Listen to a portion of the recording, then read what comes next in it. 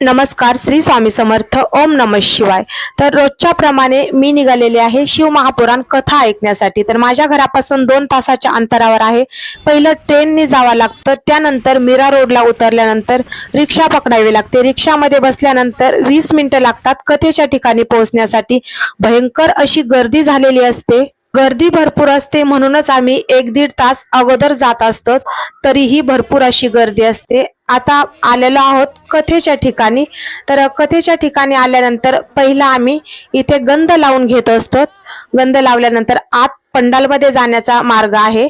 तर इथून पंडालमध्ये चाललेलो आहोत. तर 1 ते 1.5 तास आम्ही रोज अगोदर येत असतो. पुढे मिस्टर आलेले होते, त्यांनी जागा पकडलेली होती. तर आल्यानंतर त्यांच्या जवळ गेलोत, आम्ही बसलोत. बरेच जण आले होते, मित्र वगैरे आमच्या शेजारचे. आल्यानंतर पहिलं जेवण केलं सर्वांनी मिळून.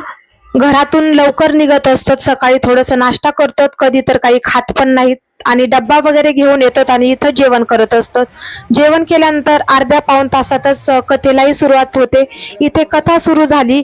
मनापासून अगदी कथा ऐकली, भजन वगैरे झाले, आरती झाली आणि त्यानंतर पुन्हा कथा संपल्यानंतर घरी येण्यासाठी निघालो होतो. तेही पहा, कथा संपल्यानंतर एवढी तुफान अशी गर्दी असते. सुटल्यानंतर अर्धा 1 किलोमीटर अंतरावर चालत जावं लागतं. नंतर रिक्षा भेटते, रिक्षाही लवकर भेटत नाही कारण गर्दी भरपूर असते.